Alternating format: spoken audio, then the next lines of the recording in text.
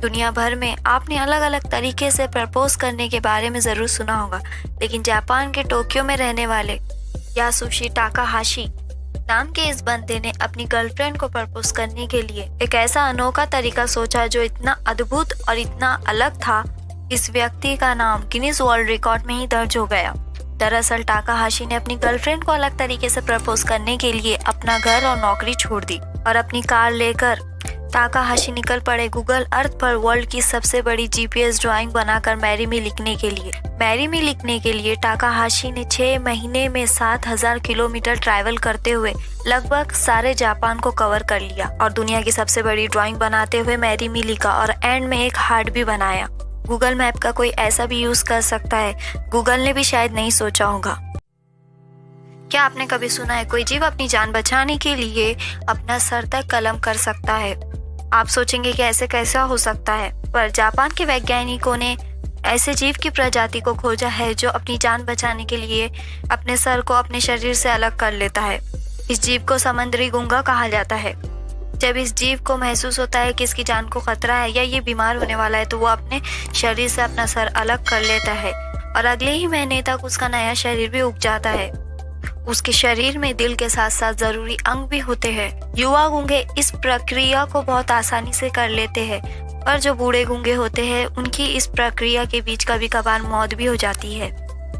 आपको इस समुद्री जीव के बारे में जानकर कैसा लगा, नीचे चैट सेक्शन में जरूर लिखिए। और स्क्रीन पर आप जो बिल्डिंग देख रहे हैं, ये बिल्डिंग अफ्रीका में होने के बावजूद भी अपने आप बिना एसी के एकदम ठंडी रहती है। दरअसल 1990 में जिम्बाब्वे की सरकार ने माइक पियर्स नामक डिजाइनर को जिम्बाब्वे की सबसे विशाल बिल्डिंग बनाने का जिम्मा दिया, पर प्रॉब्लम ये थी कि बिल्डिंग के लोग एसी अफोर्ड नहीं कर सकते थे। यानी इतनी बड़ी बिल्डिंग को ऐसे बनाना था कि वो बिना एसी के ठंडा रहे, और वो भी अफ्रीका जैसे गर्म माहौल में। शुरुआत में माइक को ये बिल्कुल नामुमकिन लगा।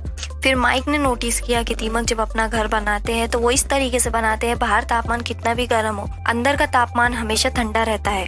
दरअसल दीमक के घर में बहुत बारीक बारीक छेद होते हैं। हवा में की गर्मी को मिट्टी ऑब्जॉर्व कर लेती है और ठंडी हवा अंदर चले जाती है। अगर गर्मी बढ़ती है तो ऊपर की चिमनियों से हवा बाहर निकल जाती है। और फिर इसी टेक्निक का इस्तेमाल करते हुए माइक ने ईस्टर्न गेट सेक्टर नामक बिल्डिंग का डिजाइन बनाया, जो बाहर का माहौल कितना भी गर्म होने के बावजूद भी ठंडी रहती है। ऐसे वीडियोस के लिए लाइक, कोई व्यक्ति खो ना जाए इसके लिए उसके नाखूनों पर क्यूआर कोड लगाया जाता है। सुनने में थोड़ा अजीब लगता है ना, पर जापान इस तरीके को बड़े पैमाने पर इस्तेमाल कर रहा है। दरअसल जापान में बढ़ती उम्र की वजह से वहाँ के लोग डिमेंशिया यानी भूलने की बीमारी के शिकार हो रहे हैं, जिसकी वजह से वो कभी घर भूल जाते हैं या फिर घर छोड़कर चले जाते हैं। इसीलिए वहाँ की सरकार ने सीनियर सिटीजन के लिए एक खास क्यूआर कोड स्टिकर बनाया है, ताकि गुम हुए लोगों को ढूंढने में आसानी हो सके। इस क्यूआर कोड को फोन से कहीं भी स्कैन किया जा सकता है। इस कोड को स्कैन करते ही उस व्यक्ति की पूरी डिटेल मिल जाती है।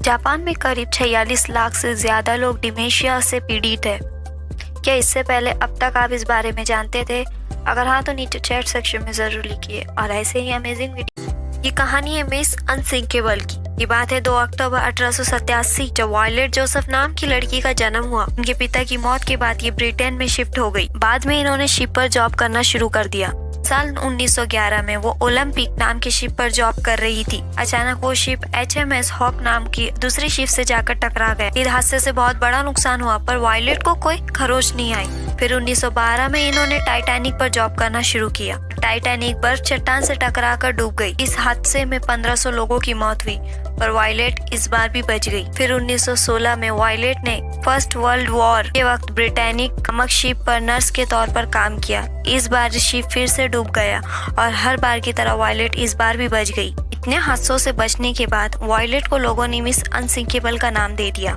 आपको मिस अनसिंकेबल के बारे में जानकर कैसा लगा, नीचे चैट सेक्शन में जरूर बताइए। और ऐसे ही दुनिया भर में स्क्विड गेम सुपरहिट साबित हुई और साथ ही नेटफ्लिक्स पर 94 देशों में नंबर 1 पर ट्रेंड कर रही है। और अगर आप देखेंगे तो इसकी स्टोरी बहुत सिंपल है। दरअसल इस गेम में कुछ ऐसे लोग इकट्ठा होते हैं जो पूरी तरह से कर्ज में डूबे हुए होते हैं। कुछ लोग बहुत ज्यादा अमीर होते हैं और अपनी जिंदगी में अमीरी से इतना बोर हो जाते हैं कि वो अपनी जिंदगी में कुछ अलग करना चाहते हैं। गेम खेलने के लिए सभी को एक खास लोकेशन पर ले जाया जाता है। और हर कोरियन अपने बचपन में इन गेमों को जरूर खेलता है। लेकिन इस गेम में सबसे बड़ा ट्विस्ट ये होता है कि अगर कोई गेम हारेगा तो वो ना सिर्फ गेम हारेगा बल्कि अपनी जिंदगी से भी हारेगा, यानी उसको मौत की सजा मिलेगी। स्टोरी इतनी ही है, लेकिन इसके बावजूद वेब सीरीज के डायरेक्टर होंग डोंग हुक ने इस वेब सीरीज को इतने बेहतरीन तरीके से बनाया है कि हर पल एक नया सस्पेंस देखने को मिलता है, जो हर पल देखने वाले को पल की भी ना झपकाने के लिए मजबूर कर देता है। आपको ये वेब सीरीज कैसी लगी नीचे चैट सेक्शन में जरूर लिखिए, और ऐसे ही अमेजिंग वीडियोस के लिए लाइक शेयर सब्सक्राइब मत भूलना। मिलते हैं अगली वीडियो में।